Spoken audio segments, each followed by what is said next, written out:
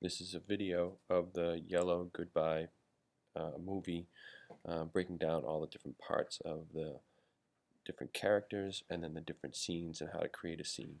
The first part of it is just going over the different characters, and the first thing you see is um, you have the mountains come up from the ground, and what it is a yellow box here. It's just a drawn box. It's actually not a symbol. It's just a box.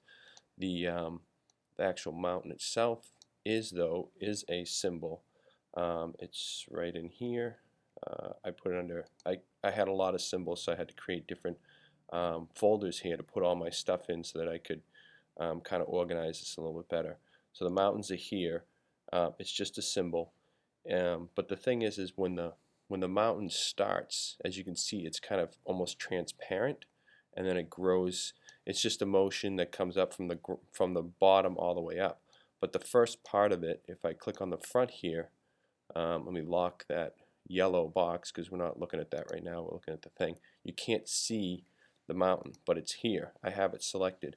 When you have it selected, you can select it with the free transform tool, and then you'll see that over here, well, the properties will show up. This alpha thing, which is under colors, usually we were using brightness a couple times with the butterfly thing, but if you use alpha, alpha makes it transparent, so I set it to 0.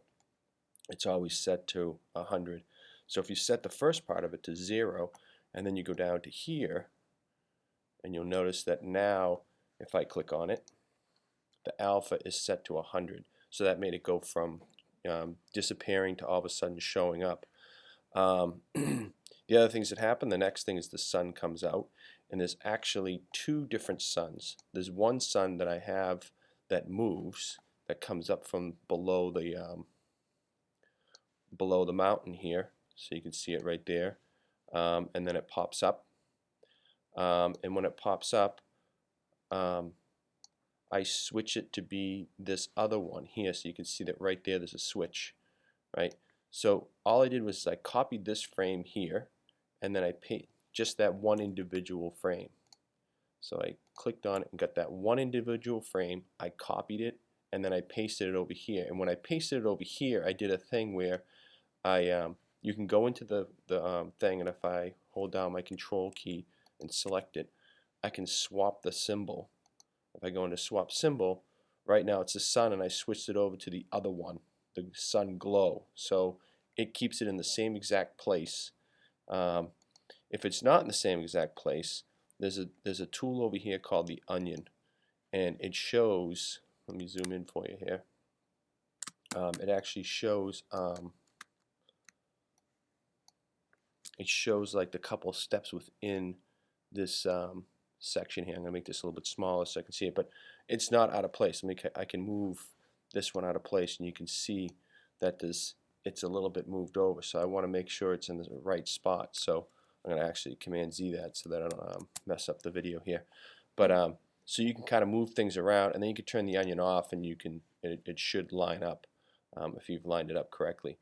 So then you can see the glow shows up, and the way the glow works is, actually, I think the glow's over here. So the way the glow is if I click on the glow, the sun glow symbol, and then this is it here. If I double click on that, you can see in here I set a glow, and it goes from, so this is just an embedded animation inside that symbol. So if I look at the first one and I click on it, you can see over here I added a filter, and in the filter you hit the add button here, and you can add different things to it, colors and glows and stuff and blurs. So I added a glow, and the glow is, I set it to 0 to very minimal in the beginning, as low as I can go, and then if I go to the end over here, and you can see the glow is my filter here.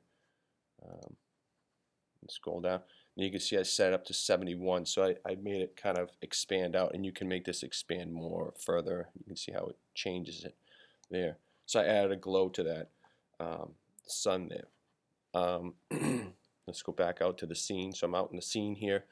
I did the sun, the mountain, the foreground image. I showed you that. That was just a I'm just using the space bar to move my screen around. That's just this yellow square. I didn't actually draw any. It's just a drawing. It's not an actual symbol. Sounds, we're going to get to the sounds later.